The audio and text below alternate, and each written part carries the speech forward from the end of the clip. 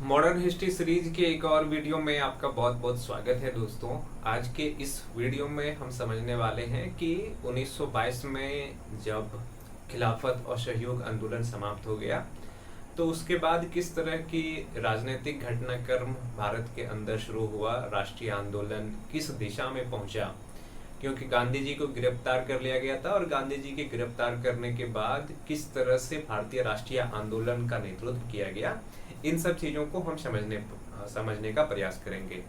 इस वीडियो में ये भी समझने का प्रयास करेंगे कि एक बार फिर किस तरह से कांग्रेस के अंदर वैचारिक लड़ाई शुरू हो गया और इसका परिणाम ये हुआ कि एक नई राजनीतिक पार्टी का गठन हुआ, वो था स्वराजी पार्टी या स्वराज पार्टी। इन सब चीज़ों को हम समझेंगे, लेकिन हम सबसे पहले ये समझने का प्रयास करेंगे कि असहयोग आंदोलन के बाद आगे की राजनीति को लेकर के किस तरह से बहस शुरू हुआ। इनमें एक ग्रुप आगे चल करके स्वराज पार्टी का निर्माण किया और दूसरे जो ग्रुप थे जो जिसको कहा जाता था नो चेंजर यानी कि परिवर्तन विरोधी इन सब चीजों को हम समझेंगे। 1920 के दशक में हमको समझना है एक तो स्वराजी आंदोलन के बारे में कि स्वराजी आंदोलन क्या था, स्वराजी एवं परिवर्तन विरोधी।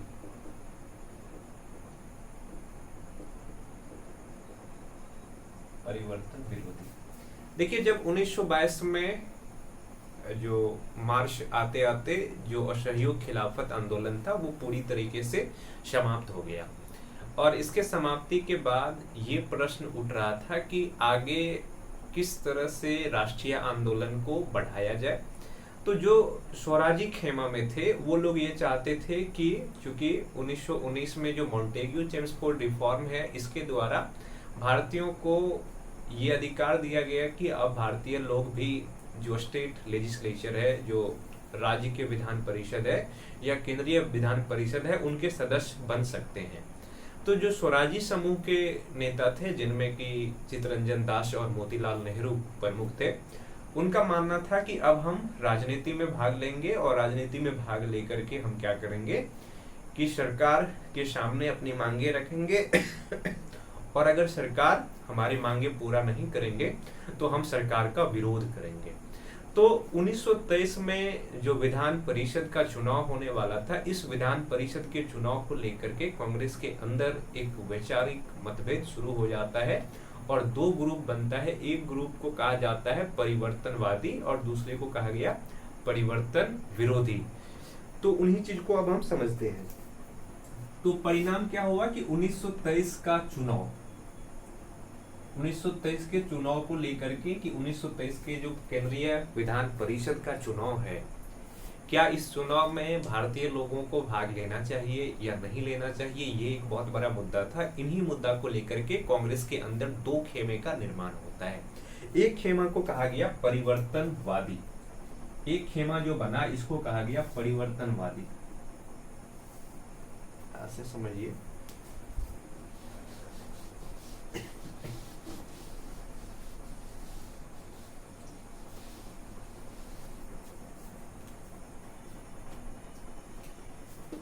उन्नीस के चुनाव को लेकर के दो चीज बना। 1923 के चुनाव के मुद्दा, चुनाव के संबंध में हम देखें तो दो ग्रुप बनता है। एक को कहा गया परिवर्तनवादी, एक को कहा गया परिवर्तनवादी और दूसरे को कहा गया परिवर्तन विरोधी। परिवर्तन विरोधी। जो परिवर्तनवादी समूह के लोग थे या नेता थे, इसका कहना था कि हम क्या करेंगे कि 1923 के चुनाव में भाग लेंगे और चुनाव में भाग लेने के बाद अगर हमारे सदस्य चुन करके जाते हैं केंद्रीय विधान परिषद या प्रांतीय विधान परिषद में, तो वहां हम सरकार का विरोध करेंगे, सरकार के कामों को रोकेंगे अगर हमारे मांग को नहीं मानते हैं। तो जो परिवर्तनवादी है इसका मानना था कि विधान परिषद के चुनाव में भाग लेंगे, विधान परिषद के चुनाव में भाग लेना है, भाग लेना है। और इसके बाद क्या करेंगे कि सरकार का विरोध करेंगे। सरकार अगर हमारे मांगों को नहीं मानता है तो हम क्या करेंगे कि राजनीतिक संघर्ष करेंगे, राजनीतिक संघर्ष करेंगे। कैसे? सरकार के कामों का विरोध करके।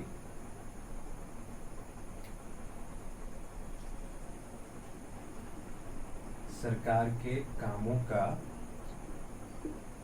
विरोध करके, यानी कि चूंकि अगर संसद या विधान परिषद में कोई कानून बनाना है तो कानून पर भारतीय लोगों की सहमति की भी आवश्यकता होगी। तो अगर सरकार भारतीय लोगों के मांगों को नहीं मानेंगे तो सरकार का हम विरोध करेंगे, सरकार का हम साथ नहीं देंगे। और इस तरीके से जो असहयोग आंदोलन भले ही जन आंदोलन के रूप में खत्म हो गया है, इसके बदले हम विधान परिषद के चुनाव में भाग लेकर के विधान परिषद में पहुंच करके राजनीतिक संघर्ष की शुरुआत कर सकते हैं। इस तरह के जो मानने वाले नेता थे, इनमें आपको देखने को मिलेगा दो व्यक्ति। एक तो सीआर दास और दूसरा मोतीलाल नेहरू।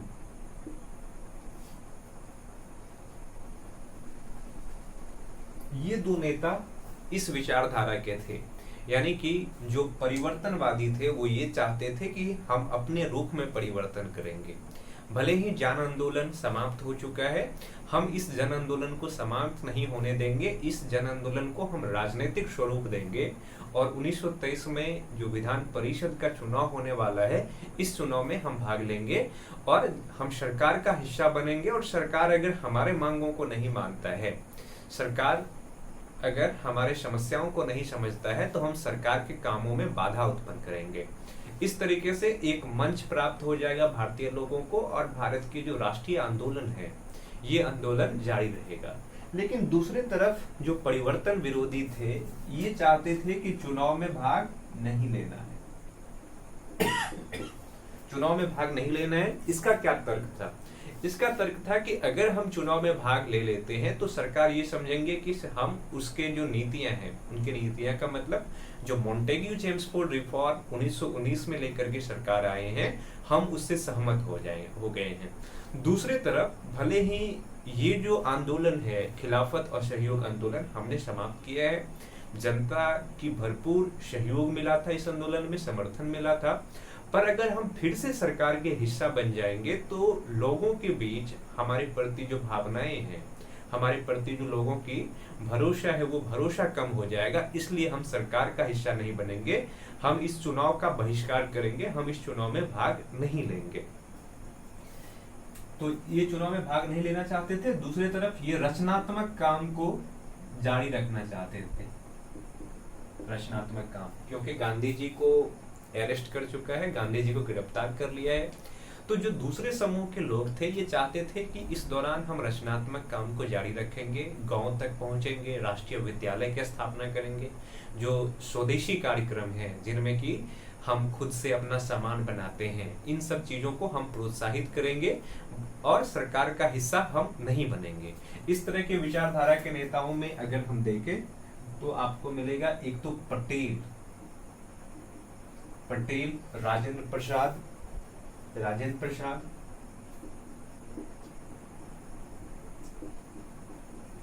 प्रसाद और सी राजगोपालचारी या गोपालचारी, इस तरह के नेता का ये मानना था।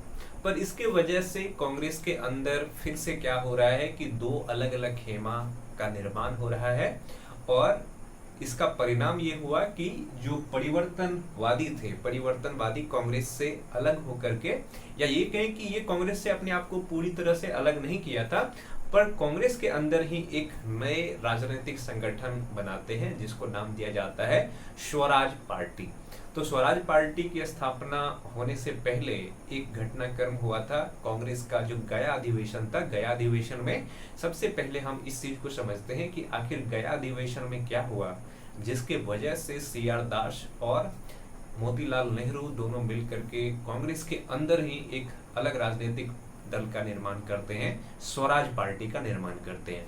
तो स्वराज पार्टी की स्थापना से पहले जिन चीज को हमें समझना है वो है गया अधिवेशन, जो 1922 में दिसंबर माह के अंतिम में हुआ था।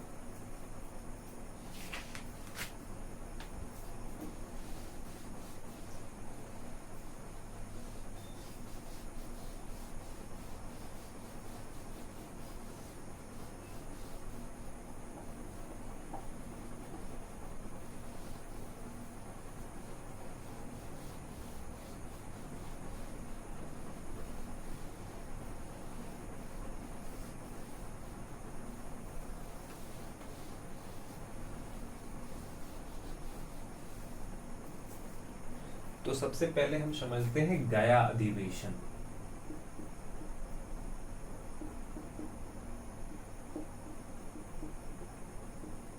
गया अधिवेशन, देखिए कांग्रेस का हर साल क्या होता था, एक अधिवेशन होता था और प्रयास ये किया जाता था कि प्रत्येक साल अधिवेशन देश के अलग अलग हिस्से में हो ताकि लोगों को इससे जोड़ा जा सके।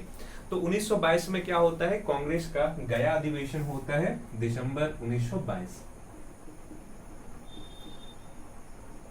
दिसंबर 1922 में कांग्रेस का गया अधिवेशन होता है और इस अधिवेशन के अध्यक्ष कौन थे, सीआर दास। इस अधिवेशन के अध्यक्ष थे सीआर दास। इस अधिवेशन के अध्यक्ष सीआर दास थे और सीआर दास के द्वारा एक प्रस्ताव लाया जाता है इस अधिवेशन में, और ये प्रस्ताव किस संबंध में था कि कांग्रेस आने वाले जो प्रांतीय विधान परिषद का चुनाव है उस चुनाव में भाग लेना चाहती है, यानी कि 1923 में जो चुनाव होने वाला था उस चुनाव में भाग लेना चाहती है। तो क्या हुआ कि एक प्रस्ताव लाया गया और ये प्रस्ताव किससे संबंधित था, विधानमंडल में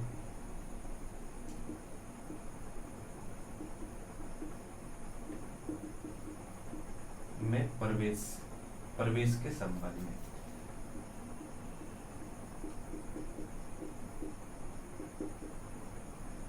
प्रवेश के संबंध में एक प्रस्ताव लाया गया कि कांग्रेस आने वाले चुनाव में, विधान परिषद के चुनाव में भाग लेने वाली है। पर ये जो प्रस्ताव सीआर दास के द्वारा लाया गया था, ये प्रस्ताव स्वीकृत नहीं हुआ, अस्वीकृत हो गया।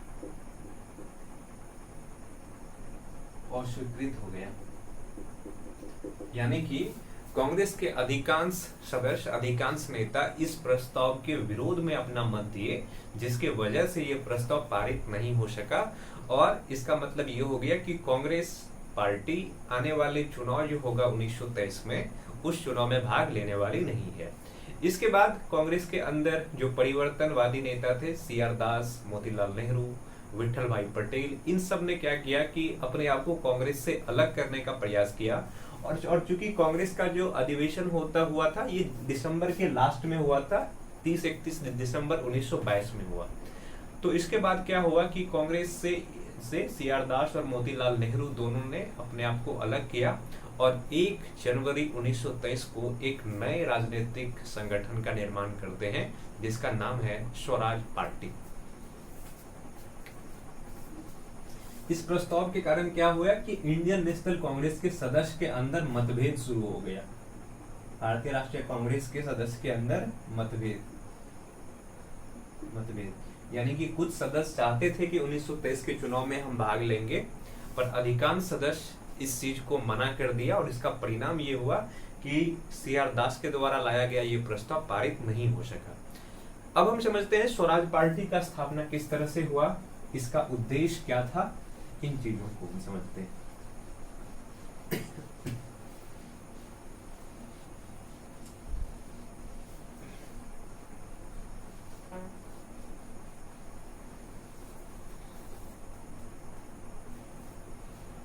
स्वराज पार्टी,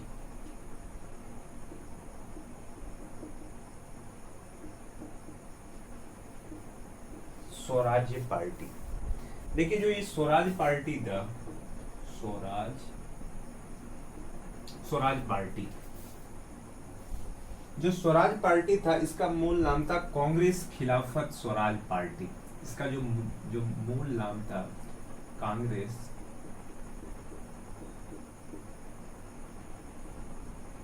खिलाफत स्वराज पार्टी। जो स्वराज पार्टी है इसका मूल नाम ये था कांग्रेस खिलाफत स्वराज पार्टी। इस पार्टी का जो स्थापना किया गया 1 दिसंबर 1923 को। अगर स्थापना की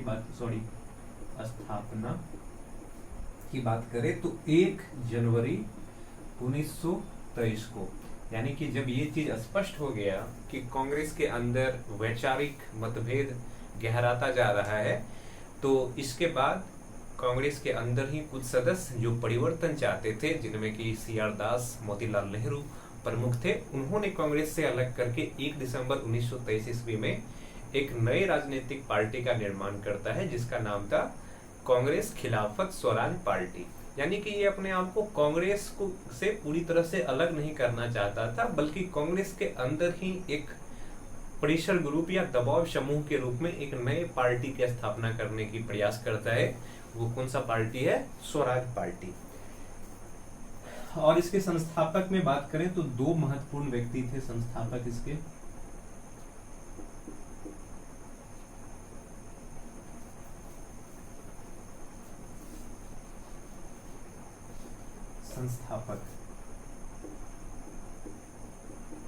संस्थापक की बात करें तो 2 व्यक्ति थे, एक CR दास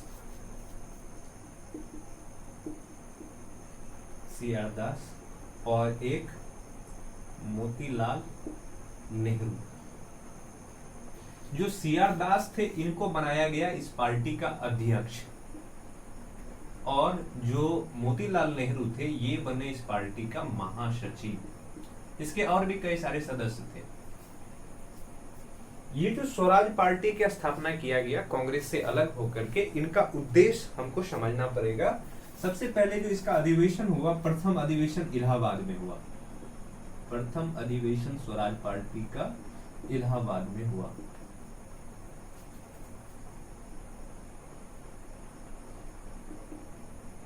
स्वराज पार्टी का प्रथम अधिवेशन इलाहाबाद में हुआ, और ये कब हुआ? मार्च 1923 में।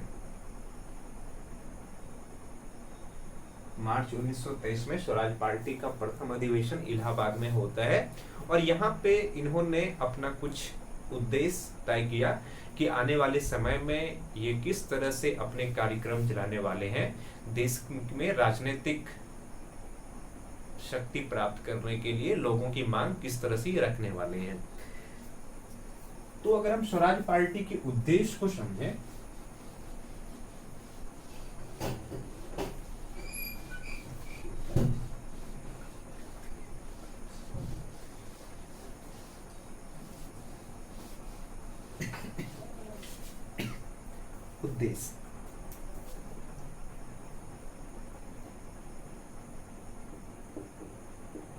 उद्देश्य अगर हम स्वराज पार्टी के उद्देश्य को समझे, तो जैसे कि शुरू में ही हमने इस चीज को जाना है कि स्वराज पार्टी में वो लोग थे जो परिवर्तन चाहते थे, जो चाहते थे कि राजनीतिक रूप से अपने आप को सबल बना करके हम पहले विधानमंडल में पहुंचेंगे, विधानमंडल में सरकार का हिस्सा बनेंगे।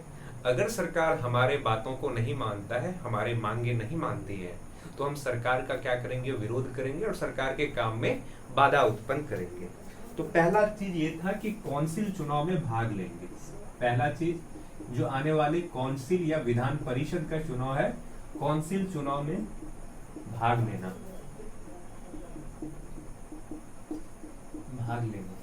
और फिर सरकार का हिस्सा बन करके क्या करना कि अपनी मांगे रखना या असहयोग कार्यक्रम को आगे बढ़ाना, असहयोग कार्यक्रम को राजनीतिक रूप देना,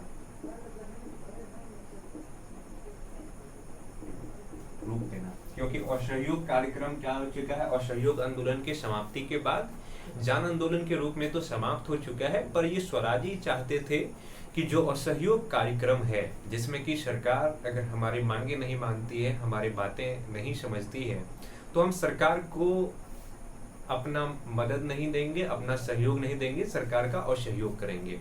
इसके साथ साथ क्या हो गया कि सरकार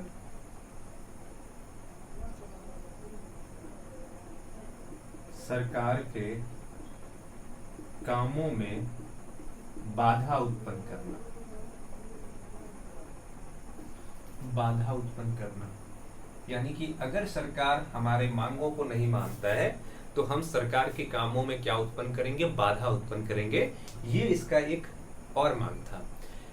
इसके बाद इन्होंने ये कोशिश किया कि जो मॉन्टेग्यू चेम्सफोर्ड रिफॉर्म आया था, कब, 1919 में। मॉन्टेग्यू चेम्सफोर्ड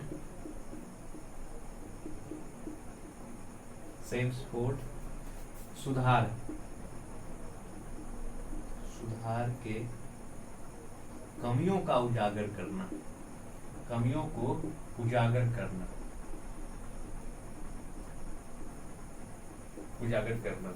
तो भारत के लोगों को स्वशासन देने की दिशा में, स्वराज देने की दिशा में मॉन्टेग्यू चेम्सफोर्ड रिफॉर्म 1919 में आया था।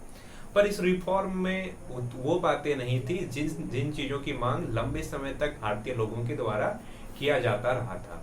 तो स्वराज्यों ने अपना ये निर्णय लिया कि जैसे ही वो सरकार का हिस्सा बनेंगे, विधान परिषद का हिस्सा बनेंगे, तो सरकार के सामने जो मॉन्टेग्यू चेम्सफोर्ड रिफॉर्म की कमियां हैं, इन कमियों को रखेंगे। इससे पूरे देश के लोगों को अवगत कराने का प्रयास करेंगे। तो ये कुछ उद्देश्य इन लोगों के द्वारा क्या किया जाता है कि निर्धारित किया जाता है। और जो स्वराजी इसमें सफल भी रहा, क्योंकि जो मुख्य धारा की आंदोलन है वो आंदोलन लगभग खत्म हो गया था। गांधी जी जेल में थे, अन्य नेता भी रचनात्मक कार्यक्रम में लगे हुए थे। तो स्वराजियों ने इस दौरान कुछ उपलब्धियां भी प्राप्त की। अब हम उनको समझते हैं कि स्वराजियों के द्वारा क्या क्या उपलब्धियां प्राप्त की गई।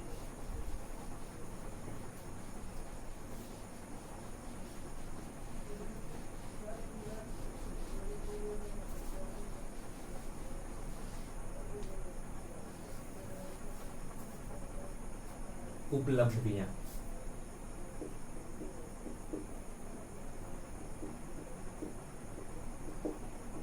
देखिए स्वराजी का सबसे बड़ा जो निर्णय था, बड़ा जो फैसला था, वो ये था कि हम 1923 के चुनाव में भाग लेंगे। इन्होंने क्या किया कि उस चुनाव में भाग लिया और केंद्रीय विधान परिषद के 105 सीट में से इन्होंने क्या किया कि 42 सीट प्राप्त किया। 42 सीट प्राप्त किया, यानी कि कांग्रेस, ये जो केंद्रीय विधान परिषद है, इन्होंने यहाँ पे क्या किया, अपने आप को मजबूत किया। यहाँ पे जो सेंट्रल लेजिस्लेटिव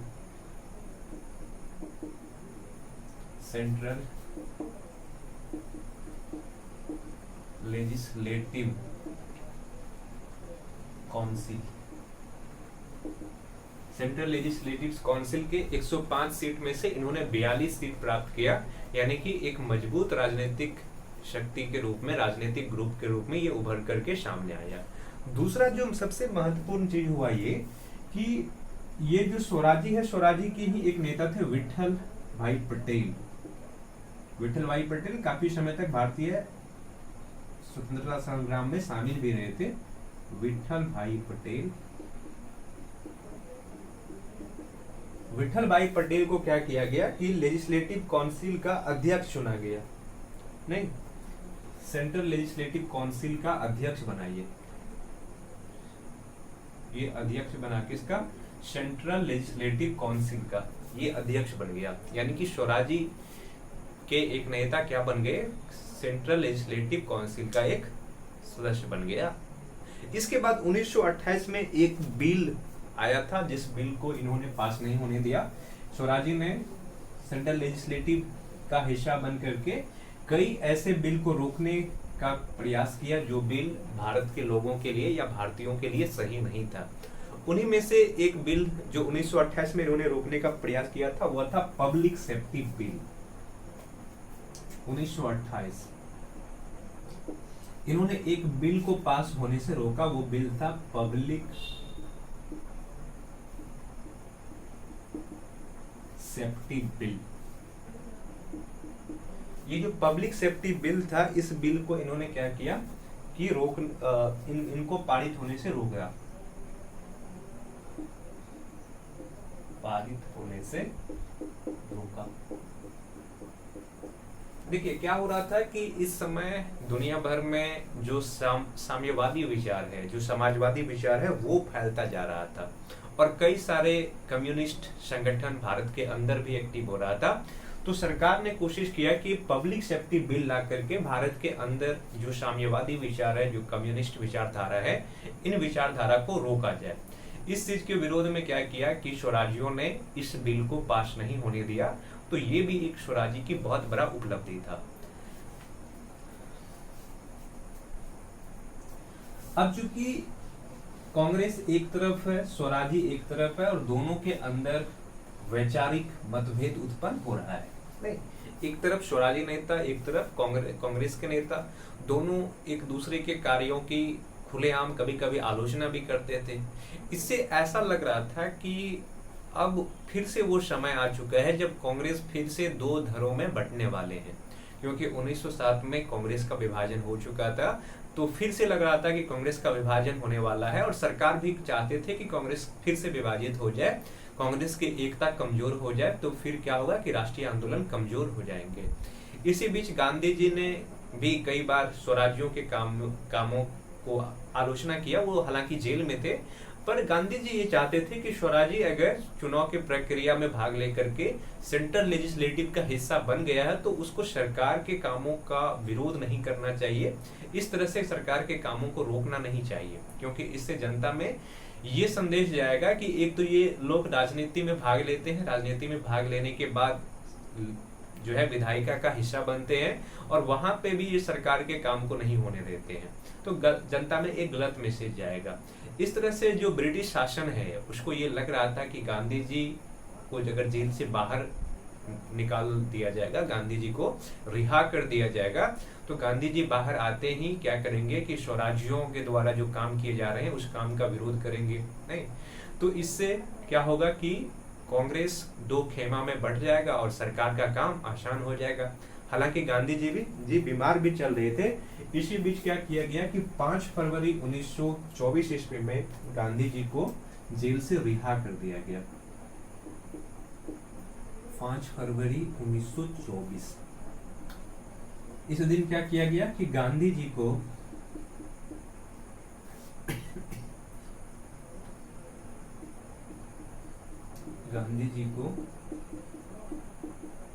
जेल से रिहा कर दिया गया।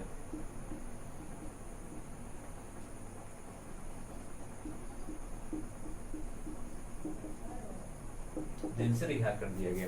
देखिए गांधी जी बीमार भी चल रहा था, लेकिन सरकार का ये साफ मंशा था कि जैसे ही गांधी को बाहर करेंगे जेल से, वैसे ही वो क्या करेंगे कि स्वराज्यों को बुरा भला कहेंगे और इससे कांग्रेस फिर से दो खेमा में बिखर जाएगा, दो खेमा में बंट जाएगा और सरकार का काम आसान हो जाएगा। पर गांधी जी जीनियस थे।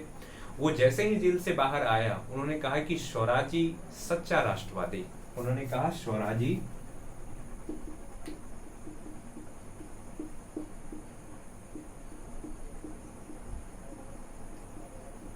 सच्चा राष्ट्रवादी। और इसके बाद उन्होंने कई जो स्वराजी नेता थे उनसे मुलाकात भी किया और कोशिश किया कि कांग्रेस और स्वराजी के बीच तालमेल बैठाया जाए। इसी चीज को लेकर के क्या हो गया कि गांधी और CR दास के बीच एक पैक्ट होता है जिसको गांधी दास पैक्ट कहा जाता है।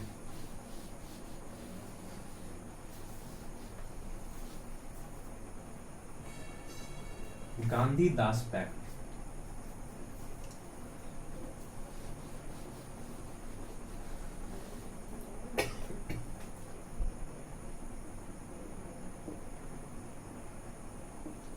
गांधीदास पैक्ट। गांधीदास पैक्ट किसमें हुआ था? गांधी जी और किसके बीच?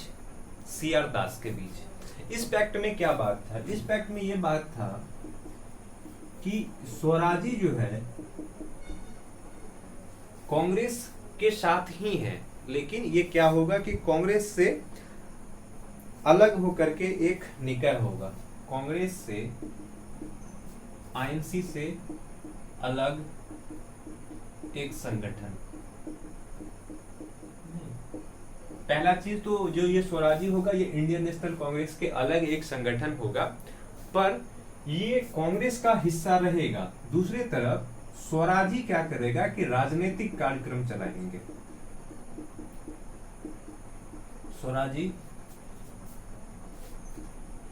राजनीतिक कार्यक्रम चलाएंगे और इंडियन नेशनल कांग्रेस क्या करेंगे, रचनात्मक कार्यक्रम चलाएंगे।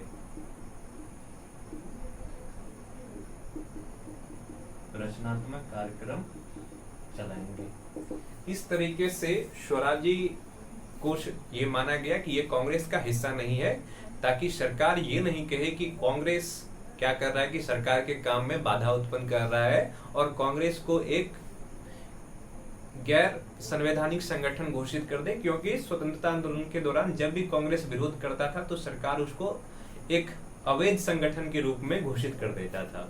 तो इस तरीके से पहला कि उसको कांग्रेस से अलग एक संगठन माना गया, लेकिन जब बात होती है कि राष्ट्रीय आंदोलन के कार्यक्रम की, तो राजनीतिक कार्यक्रम चलाने की जिम्मेदारी दिया गया स्वराजी को।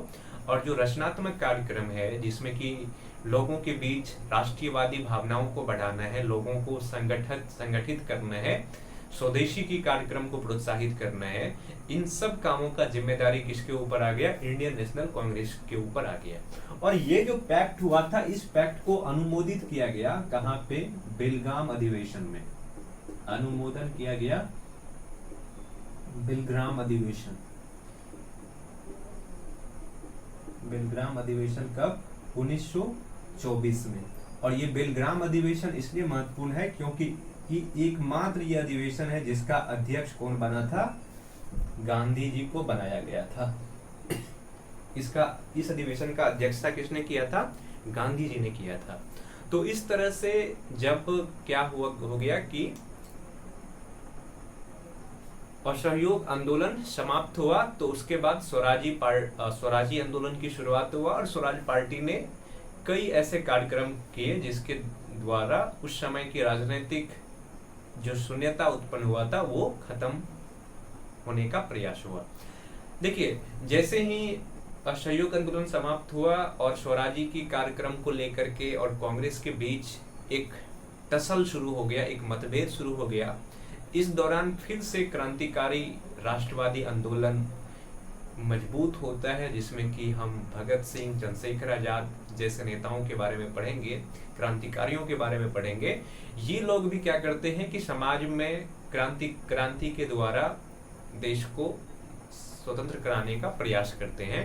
ये हम अगले वीडियो में समझेंगे।